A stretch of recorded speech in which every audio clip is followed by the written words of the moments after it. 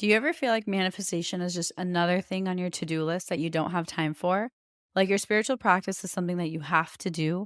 Honestly, you're not alone because I felt that way too. Something that's really changed my relationship with manifestation is blending it into my lifestyle so that no matter what I'm doing, I'm also manifesting. I call this manifestation as a lifestyle, and it's single handedly made the entire manifestation journey more enjoyable for me. And I've seen my desires show up with a lot more ease. Manifesting as a lifestyle has made manifestation go from feeling like a task to something I just naturally do because it's who I am. If you'd like to learn more about this, I've created a step by step guide for you. I'll link it in my show notes so you can check it out. Hi, everybody, and welcome to another episode of the Affirmation Addict podcast.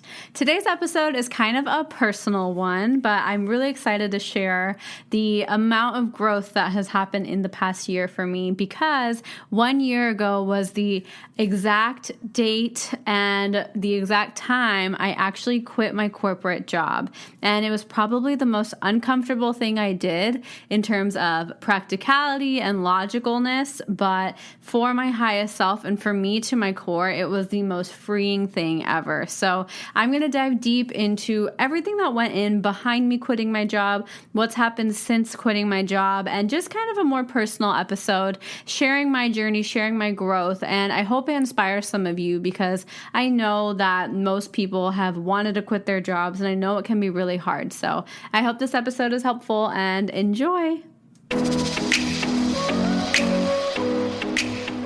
Hi everyone, my name is Pyle Agrawal and I want to welcome you to the Affirmation Addict podcast. Affirmations have changed my life and now it is my mission to help you use them to change yours by using affirmations every day to manifest things your way. My goal is to make affirmations attainable and accessible to every single person, including you, because you have the ability to take control and create your reality. So come with me on my journey and let's see what we can manifest together. Hello, everybody, and welcome back to another episode. So as you guys already know, I am going to be talking about the time where I quit my job and in the workings of that whole year, what's happened since. So July 20th, 2018, I was working at an amazing corporate job. It was a consulting firm, and it was kind of the dream for 99% of people who want a job. It was the dream job, and it was honestly my dream job too. I manifested it. I worked so hard in the sense I studied for the interviews, and I affirmed for it, and I visualized it, and I worked really hard to manifest that job. And truth is it was not what actually fulfilled my soul. It was everything that I expected, and it was everything that I wanted, but what I thought I wanted wasn't actually what I wanted. So I really am going to just kind of rant about this entire past year and what it was like to quit my job and just talking about those uncomfortable situations where your highest self and your conscious self don't really align, because I really think that's what I was experiencing. So to give you a little bit of a visual, I started working at KPMG. That's the company I used to work for. I started working there in July of 2017, and I manifested that job because I had no internship with them before, but I knew I really wanted to do consulting after college. And my plan was do consulting for 2-3 years, then join a startup, and then start my own business. Did I know what my business was? Not at all. My plan was initially to be in the fashion industry and doing kind of Indo-Western fashion. That's one of my huge passions. So that's really where my plan was when I was graduating college. That's what I was going to do. But 1 month into my job, I was miserable. I just knew that I'm not meant to work a corporate job. I hated waking up every single morning, and I hated walking into work. Granted, I manifested some amazing things while I was working, and I'm not going to dive deep into those because it's going to get a little confusing. But basically, I was able to manifest being in the same city as Tom. I was able to manifest working with Tom near him and managing our long distance relationship, because I would basically get paid to fly to Seattle every single week, which is where Tom lives. So I really manifested some amazing things in our relationship due to this job, but the job itself was not for me. And to top it all off, soon after I got the job, Tom was actually deployed to a very scary place. It was one of our worst deployments, in my opinion. It was just hard. And I just felt like I was in a really low place because I was alone in Seattle. I hated my job. My boss was super rude to me. And Tom was deployed, and I never talked to him. I talked to him once every 2 weeks, about is how often I got to talk to him. So I just was coming home crying every single day. And you can ask my family. They got FaceTime calls from me almost every night of me just bawling my eyes out and saying I can't do this anymore. And I basically tried to push through for an entire year, and I did. But at the basically probably around March is when it happened. They basically called me and said, "Hey, you need to start flying to New York every week." So I would be flying from Seattle to New York every single week, and I immediately, my body resisted. Like, my body physically on that phone call froze up so badly, and I just started bawling my eyes out. And I seriously started making excuses. I was like, I can't do this. There's no way you're sending me to New York. It's not possible. It's not going to work for me. And that's really what triggered it. So in the meanwhile, because I still didn't have any plan, when that whole New York thing happened is at the same exact time, in literally the worst news in my life, that same exact time was when Affirmation Addict was born. That's exactly when I had the idea. I shared it with Tom to make this really cool app for affirmations. And finally, around that same exact time, he was like, just start an Instagram page. Just see if people like this stuff and are aligned with this stuff. And so I finally did go for it. And I went for it because of his continuous kind of pushing and support, which I am so grateful for, because I would not have been able to do it if he didn't pressure me in the best possible way. So that's when I started Affirmation Addict. And they tried putting me on the New York call, on the New York client, and I got out of it. But I basically decided, hey, in exactly 1 year, I gave myself 1 more month to kind of feel it out. Like, okay, let's see how this Instagram page goes. Let's see if it gains traction, because if it does, then I know I can start making this app, and I know I can make this app work really well. And that was kind of my validation to myself and my dad, because my dad was really like, just try it out and just see, this is such a good job. There's so much growth. Do 2 years. That way you have it on your resume. And I just couldn't push any longer. Like, I was an empty, I was like an empty tank of gas in a car. I think I said that right. I was just basically running on no fuel and emotionally and mentally exhausted. And mind you, this is like an amazing job. Like, people kill for this job. People love this job. It's just so wasn't for me for so many other reasons. I think basically just my mentality. I've always known I was never going to stay in corporate. I just never realized how short my corporate lifestyle would be. Corporate is an amazing place to be. They give us so much. Like, I was surrounded by abundance in my corporate life. Like, so many things were coming my way. It just wasn't for me on an emotional level, and I couldn't handle that. And so, reeling it back in, basically 1 month later, Affirmation Addict really started just gaining some traction, and I was falling in love with it. And I was seeing people just change their lives just by reading some of my posts. And I was like, that's more than enough validation for me to keep going forward. And I decided that I was going to quit my job when this project ended. So that date was July 20th. And I walked out of there feeling so good. And it wasn't even like a weight lifted off my shoulders, because I had already stopped caring. It was more like, finally, I can put in all of my energy into something I really care about. That's what it felt like. It didn't feel like, oh my gosh, a big release, because I had already released any kind of cares about my job so quickly after I started the Affirmation Addict page. Basically, right after, I was like, you know what? I know this is going to go, because once this takes off, then I can quit my job. So I literally knew, and I had full confidence, because I just knew that's what was for me. And it was uncomfortable. It was hard not being able to show my parents I have another set income. It was hard not being able to say I have another job lined up. It was hard not being able to say I'm going to be able to pay my own rent. All of that was really hard. And to this day, I don't pay my own rent. Tom is covering me. I am literally living with Tom, and I'm personally okay with that. Some people, they have an ego and they want to be really independent, and that's totally fine. But for me, I know our relationship and I'm okay with having that support right now. And it's literally changed my life to have that support. And I'm grateful that he's even offering me that support because I appreciate it so much. And so that's just the way it worked for me. But I'm sharing all of these details because I know that there's someone out there who's in that same spot I was, or who is in the same exact situation that I was in, who just needs to know that you're not alone. And that's why I wanted to record this podcast.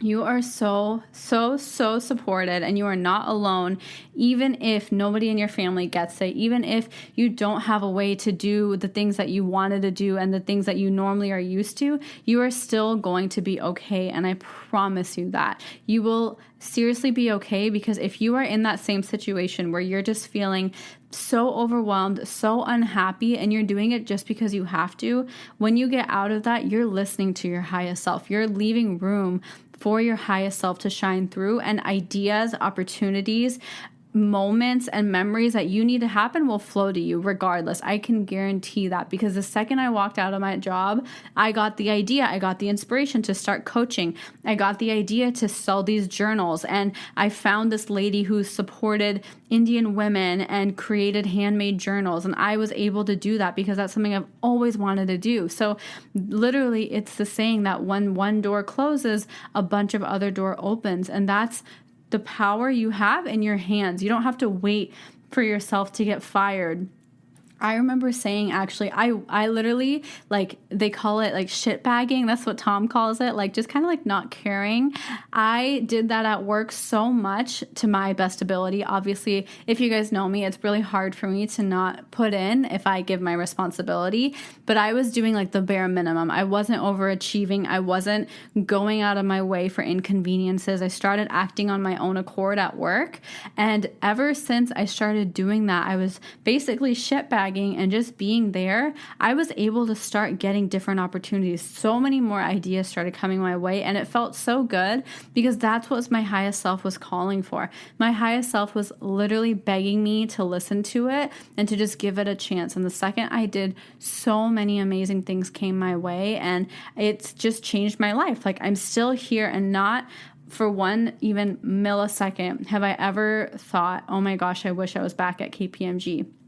It is not a bad company. It's an amazing company. It's a corporate company. It just was not for me. That's it. I'm not dogging on any corporate jobs. Maybe you're in the same shoes I was, not to quit corporate life forever, but just to change your job. And that is totally okay. I'm not like, working for yourself isn't for everybody, because it's actually kind of difficult sometimes. And that was a whole nother journey in itself.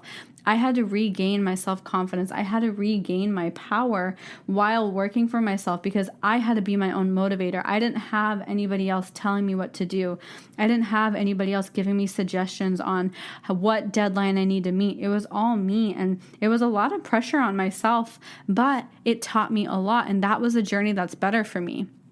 And to give you a really good example of this, my brother, both of us were raised with parents who had their own businesses. So it was kind of, we both knew we were going to quit our jobs at some point. My brother quit his job to travel, and now he's back, but he's going to be at a startup, because for him, he saw me put in the work and effort in my business, and he was like, I just don't have something yet that means so much to me that I can just drop everything for it. And I was like, that's fine. Everybody has a different scenario. Just because you quit your job doesn't mean you have to start your own business. You can do anything that appeals to you. Your dream job could be a barista at Starbucks. When I grew up, like, my dream job was to be a cashier, and I experienced being a cashier because I loved playing around with the numbers and scanning, and I hated it. And so it's just about experiencing, because all of these things, if you hear me, all of my events, I really did choose and intentionally to manifest so many of these things because I thought I knew what was best for me. But the second I started listening to my higher self and started listening to my body, not just my logical brain, not just what society thinks is amazing, not my ideal plan to success, the second I listened to my intuition, my success grew 10 times more. I am making more money than I made at KPMG within this just 1 year, just because I'm following my intuition. And it's not even about the money. It's seriously about my mental happiness. That's what it was for me. For you, if it's about the money, if that's your your motivator, that is totally fine. And I promise you, with happiness and with genuine kind of surrender, abundance follows. That's just the way the world works. So don't feel like you have to be money motivated and calculate all your money for every detail. Of course, pay your bills and everything, but just listening to your highest self, no matter how uncomfortable and illogical it might be, you're going to get so much farther in a much shorter time, no matter what. And that's just a guarantee that I can give you. And I know you already agree with me. I don't even need to kind of prove this to you. I know that you agree with that fact because that's just the ultimate truth. The second you listen to your highest self, you're going in the right direction. A lot of the times our decisions are made based off of somebody else's story, somebody else's success, what society thinks is acceptable. We base so many of our decisions based off of those types of things that we forget to just listen to who we are to our core. And so that's really what I wanted to make this podcast about, is just ask yourself, what is it that you have been knowing and wanting to do, but you've just been avoiding it because it might not be the best idea. There's no security in it. There's no guarantee. You don't have the support. I'm lucky to say I did have support, but honestly, in some of the things, I didn't have the most overwhelmingly, yes, go do it support. Not that anybody was against me, but it wasn't the support I wish I had. Like, my needs of support might be different than what people are giving me. And sometimes, for example, my family might have been a little more hesitant, but that's because they love me and they're just trying to protect me. And I know that and I understand that. But also, I know that deep down, my higher self knows what's best for me, and I'm choosing to trust that, because so what? If I make a mistake, I can fix it. If I'm going on the wrong path, I can fix it, but I know I'm learning something through it. So with KPMG, I can choose to dwell on the fact that, oh, I manifested my dream job and it turned out to be so horrible for me. I could dwell on that, or I could move forward and be like, what do I need next? What's my next move? What did I learn from KPMG? I learned a lot from my job. I learned so much about project management. I learned about how to run a business. I learned a lot of amazing things that I'm still using today, even the work ethic. And I made a lot of great connections. I learned awesome things over there, and I'm so grateful for that. And that's what I'm carrying through today. So I don't wish I never had that job, because if I never had that job, I wouldn't be here. It's not about changing your past and retracing your steps. It's just about moving forward in a way that works for you. So whatever your highest self has been calling you to do, why don't you just try and listen to it? You don't have to take any actions if you don't want, but just write down what feels right to you. What truth, what life, what decision have you been avoiding that your highest self has been begging you to listen to? I know that there's something in everybody. I know that we're all experiencing it. I already have another decision that my highest self is trying to make me do, but I'm too scared.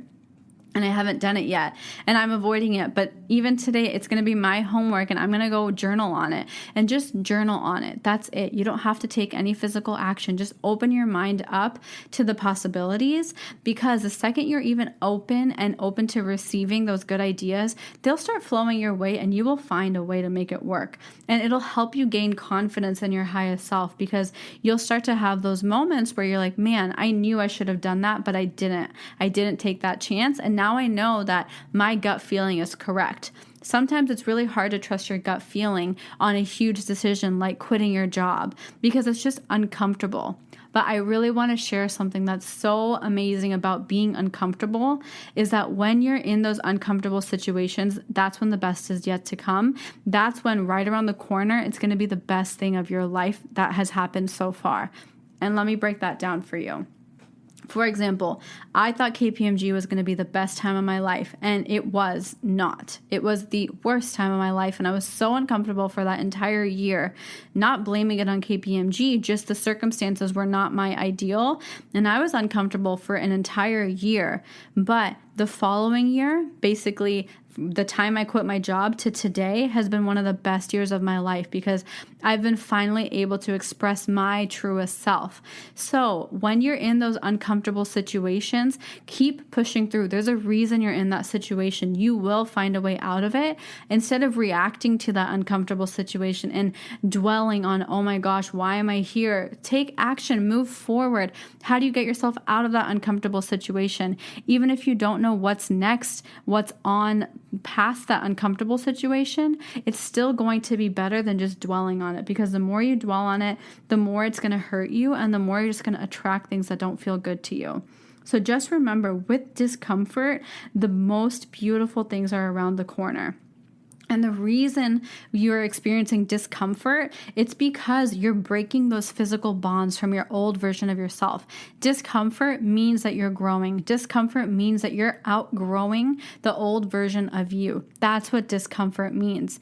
Comfort, when you're super comfortable, that means you're just being your old self. You're living through habits. And that's like that autonomic nervous system. And I think I talked about this before, but basically you're living through habits. You're just on autopilot. That's what comfort is. Comfort is autopilot, and you don't want to live your life on autopilot because you're not going to change, you're not going to grow. The discomfort is where that growth is actually happening. You're being tested, and you have to keep persevering, because trusting that the more that you can grow through this discomfort, the more the beauty of what's after this discomfort is going to serve you, and it's going to feel so good to you. The reason discomfort is so hard and like so difficult to experience is because you are literally tearing and kind of wiring and acknowledging yourself with new habits, new ways of life, new beliefs. It's literally changing you from the inside out. Like, remember growing pains? That's what discomfort is. You're growing, but it's painful. That's like the best example I can think of, because I remember I would have growing pains in my legs and it would hurt so bad, but I got a little taller and that was super exciting. So similar kind of situation. Your body is literally growing out of that old version of you, and it's physically painful, emotionally painful, mentally painful, and spiritually painful sometimes, but it's also so beautiful because that's growth. So you choose to see it as, pain and focus on the pain, or you can choose to see it as growth and exciting growth and change that's coming your way. And so I just hope that whatever situation you're in, that you're going through, that's super uncomfortable, that your highest self is calling you to get out of, and your highest self knows a way out of it. It's just sometimes we don't like the answer that our highest self has to give us. For me, the answer my highest self was giving was quitting, but I didn't quit because everybody around me told me not to. Everybody around me was like, just stick it out. It'll get better. We promise. But that's why I stuck around. My highest self, day 4 on the job, literally was like, you should quit. And I was like, okay, well, I can't just quit after working so hard to get this job. I also signed a contract where I don't even think I can quit for like 90 days or something. And so that's kind of where you have to be aware. What is your highest self really asking you to do? And I hope this podcast episode was helpful, because I know we're all growing through any sort of discomfort at some sort of point in our life. And I want you to remember that you are supported and you know what's best for you. No matter what anybody else is saying, you know exactly what you need to do. And I invite you to just journal on what it would feel like if you made that decision. Journal on the possibilities, because the possibilities are limitless, and you literally have that power within you to change your life, to change that discomfort, to grow through that discomfort starting now. So I invite you to just be comfortable with being uncomfortable sometimes. Get used to the discomfort, because discomfort just means growth. Discomfort doesn't have to mean painful or horrible. It can just mean a transition. It can just mean an exciting term that just associates itself with growth and change and beauty and new things coming your way. You get to pick how you see discomfort, how you experience discomfort. So for me now, I choose to experience discomfort with open arms, and I am all in. I'm like, all right, bring it on. I'm excited, because I know that what's coming after this discomfort is exactly what I wanted. And you have the power to believe that as well. You just have to start to choose that. And so I just hope that this podcast was able to inspire you, whether it was to take action, whether it was to give you more clarity on where I've been this past year. There's been so many other fears and stuff that are coming up, which I will be sharing with you next week, because there's some super exciting news coming out next week. So I will definitely be sharing more of that next week, like the fears and everything I've conquered while creating my app. So that's going to be all next week. I'll be talking about that with you. So basically, your journey is not always going to be easy. It's not always going to be beautiful and rainbows, but that's not the whole point either. We know this. You guys are already at a level where you know it's not meant to be rainbows and butterflies. It's just how you get to live through your discomfort, and just listening to your highest self will literally change your life. And so I hope you guys start to do that and start to tune in with your highest self and just give it a chance, because it knows what's best for you. So I hope you have a beautiful rest of your day. If this episode inspired you or was helpful in any sort of way, shoot me a message. I'll read all of them, or leave some feedback on the podcast app, or just share it on your story. Whatever method you want to share, just let me know how this episode helped you, how it inspired you. I seriously love hearing your feedback. So thank you so much for sharing this time with me and hearing my story. I can't wait to hear your story. Thank you so much and have a beautiful day. Mwah. That's all I have for you guys, and I just want to say thank you again for spending some time with me. I really hope you enjoyed this episode, and if you did, head over to my social media. I'm on Instagram, Facebook, and Twitter, or go to my website if you want to subscribe to my email list, which is affirmation-addict.com. I cannot wait to hear from you guys, and I will talk to you guys super soon. Have a good one, you guys. Bye.